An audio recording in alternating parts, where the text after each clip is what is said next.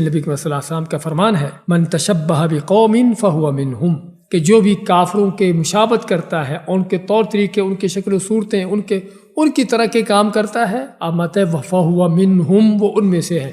کوئی ہندوؤں کی دیوالی مناتا ہے تو وہ ہندو ہے، اگر عیسائیوں کے ابھی کرسمس سے گزرا ہے یہ مناتا ہے، آپ کے اس فرمان کے میں نہیں کہہ رہا، اللہ کے نبی صلی اللہ علیہ وسلم کا فرمان ہے فہو منہم، وہ ان میں سے ہے۔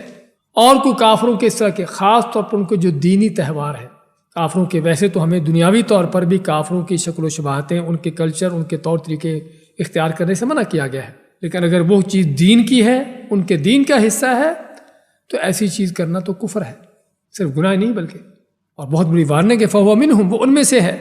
اور دوسری حدیث میں آپ فرماتے ہیں لیس منا من تشبہ بغیرنا، کہ جو ہم مسلمانوں کے سوا کسی اور کی شکل و شباہتیں، ان کے طریقے اختیار کرتا ہے، لیس منا، ہم میں سے نہیں ہے، ہم مسلمانوں سے اس کا کوئی تعلق نہیں ہے۔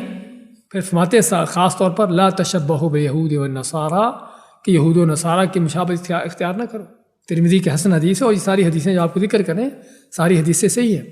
اور اس سے پہلے اللہ تعالیٰ کو قرآن کیا کہتا ہے؟ یا ایھا الذین آمنوا لا تتخذوا اليہود والنصارى اولیاء، اے وہ لوگوں جو ایمان لائے ہو، یہود و نصارہ کو اپنے دوست نہ بناؤ۔ دوست نہ بنانے کا معنی ان جیسے کام نہ کرو، ان کی شکلیں صورتیں، ان کے کلچر نہ اپناؤ۔ اور آگے کیا فرمایا؟